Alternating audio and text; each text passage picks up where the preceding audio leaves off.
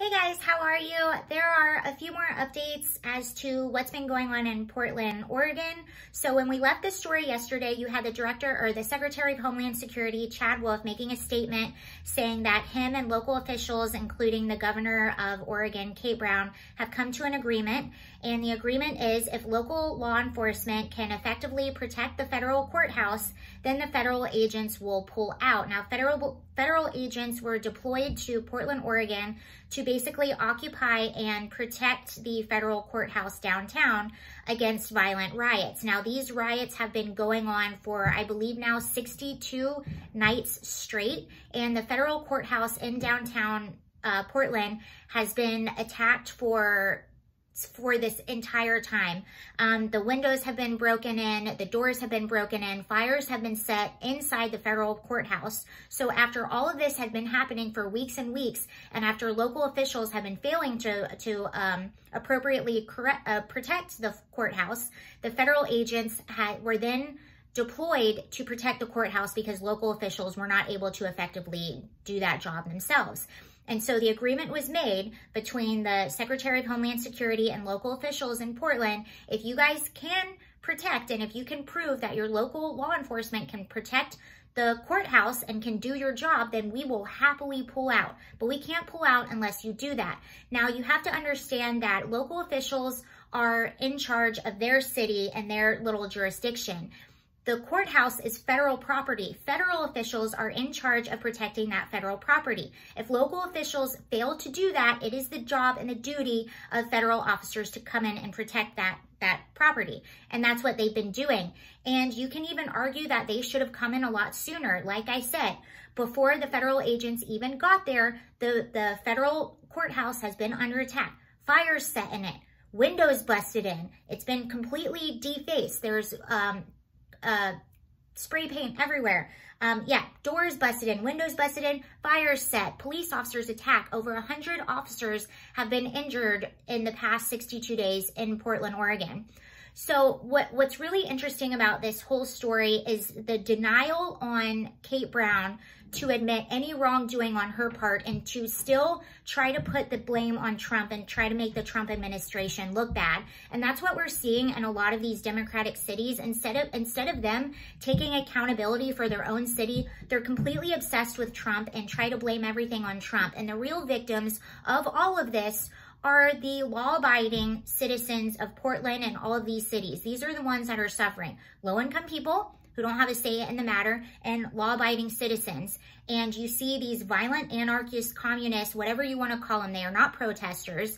They are violent, and they are Marxists, and they're anarchists, and they're communists, and they want to completely tear down every structure of America. That is their goal. They have no goal. If you ask them, what are your goals of being here? Their only goal is to take down the system. That's not, what does that mean?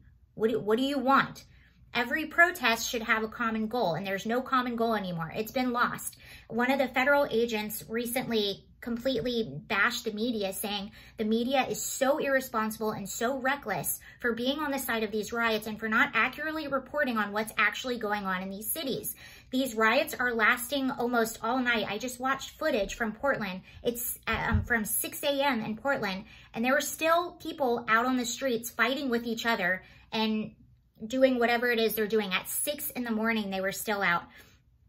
And he was saying that at this point, these are not demonstrations. When this is going on after midnight and people are attacking federal property and officers, these are not demonstrations. This is straight up criminal activity. And you have the mayor, or not the mayor, the governor. I saw her on TV. This was either today or yesterday talking about this, blaming this all on Trump, saying that this was political theater by Trump trying to make her look bad without taking any accountability on what's going on in her city. So here's some updates for that story. This is what's going on in Portland right now. So Chad Wolfe, the Secretary of Homeland Security, recently said another tweet and said in another video, he goes, I want to clear this up. Yes, we discussed this, but let me make this perfectly clear. Our federal agents are not pulling out of Portland until we are assured that it's going to be safe and that local law enforcement is going to do their jobs. And that is exactly what's happening. They have not pulled out. The violence continued last night.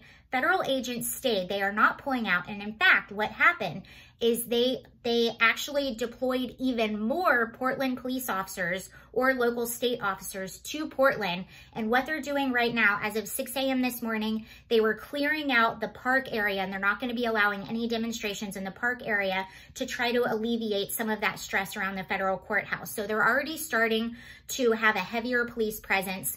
And I believe the demonstrations last night around midnight dwindled to just about 100 people. And there were more local officials and federal officers that had been there than ever before.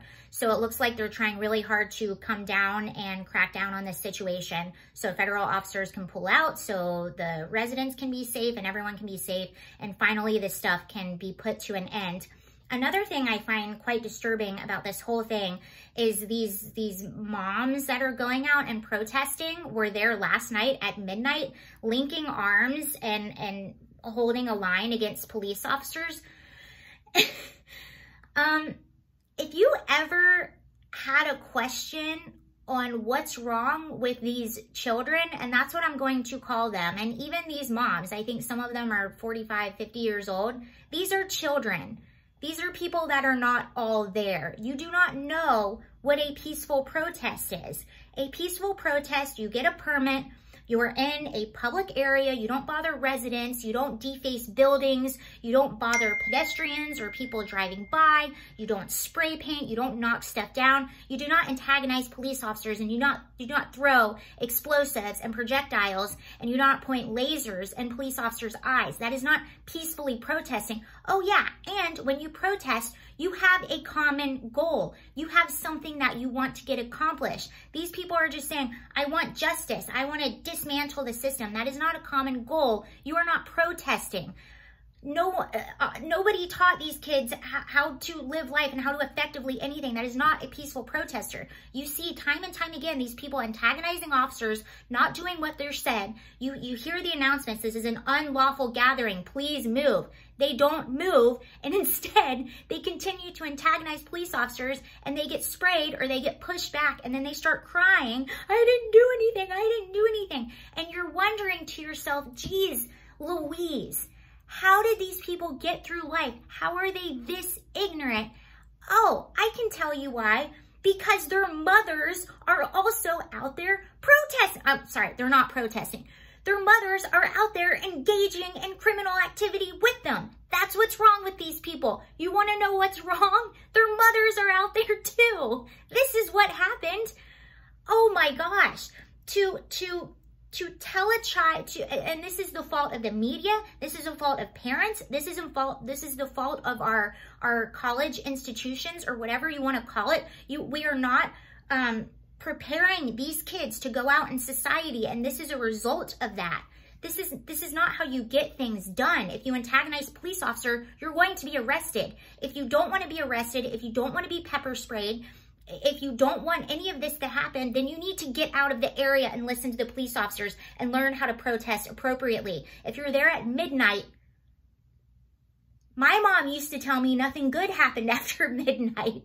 But now you have moms that are out there, and some of them were on video trying to tear down the federal courthouse building. You had the moms that were all lined up. You saw the picture. They all got their photo op. And then when the journalists left, they went to the courthouse, and some of them were seen trying to kick down the wall to the courthouse. That's what happened to these kids. These are their parents. So if you ever wanted to question that, look at the line of moms. That is exactly what happened to these kids. We are failing our children by not condemning unlawful behavior, by not having compliance be a part of the conversation, by not saying, no, this is not right. You don't tear down buildings. That's not okay. Would you tell your child that it's okay to tear down a federal building? That's how you get your voice heard? No, it's not how you get your voice heard. I used to work with kids. I used to work with teenagers who didn't know how to appropriately express their emotions. And when they were upset, they would scream and they would yell and they would cuss and they would punch things. And I used to sit down with them, and I would have conversations, and I would say, you know what? You have a voice, and your voice deserves to be heard. But when you're cussing, when you're yelling, when you're punching stuff, your voice is not being heard. Your message is now lost, because all people are seeing is an aggressive person who is violent. That's it. That's all they're seeing. They're hearing the cussing, they're hearing the yelling, and they're seeing the violence. And now your message is gone. If you want to get your message heard appropriately, learn how to speak articulately. Read. State your case. Go to Congress. Call your local official. Vote. Have a meeting. Start a group. Learn how to state your case. The violence and the antagonizing police officers gathering after midnight and ripping down buildings, that is not how you get your message across. Your message is lost. It's done. It's gone. Give it up. Bye. Okay, so that's what's happening in Portland right now. I'm really curious to see what's going to happen tonight, because it seems like the police presence is going to be a lot heavier. So is it going to stop? Is it going to continue? Are federal agents going to be able to leave? We'll see. Also, Kate Brown, what are your thoughts on this woman and her just complete inability to take any accountability? Does she not think that people have eyeballs? I don't know. All right, that's all I have for right now. See you guys later. Bye.